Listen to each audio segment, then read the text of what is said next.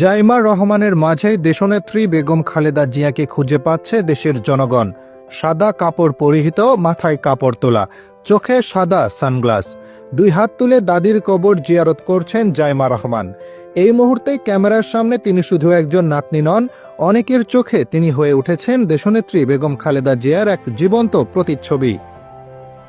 ভিডিওটি ছড়িয়ে পড়তে মানুষ থমকে গেছে। কেউ বলছেন এই তো একদম খালেদা জিয়ার ছায়া, কেউ বলছেন জাইমা রহমানের মাঝেই আমরা আবার বেগম জিয়াকে খুঁজে পাচ্ছি।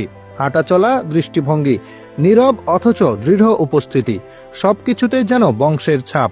অনেকেই আবেগে বলছেন এই মেয়ের ভেতরে আছে সত্যিকারের দেশপ্রেম। তিনি শুধু একজন উত্তরসূরি নন, তিনি যেন ভবিষ্যতের নেতৃত্বের ইঙ্গিত। কারো কণ্ঠে আশাবাদ, আগামী দিনে বিএনপির হাল ধরবেন তিনি। কারো চোখে বিস্ময়, এতটা মিল, এ কি শুধুই জেনেটিক্স?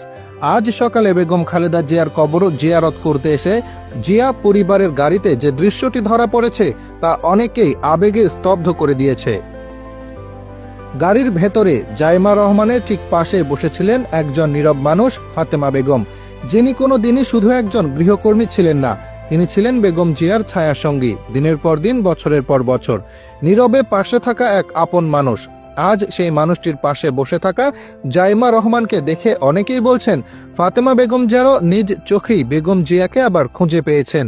ইতিহাস কখনো হঠাৎ হারিয়ে যায় না, সে কখনো ফিরে আসে স্মৃতিতে, কখনো উত্তরসূরির চোখে, কখনো নীরব প্রার্থনার ভেতর দিয়ে।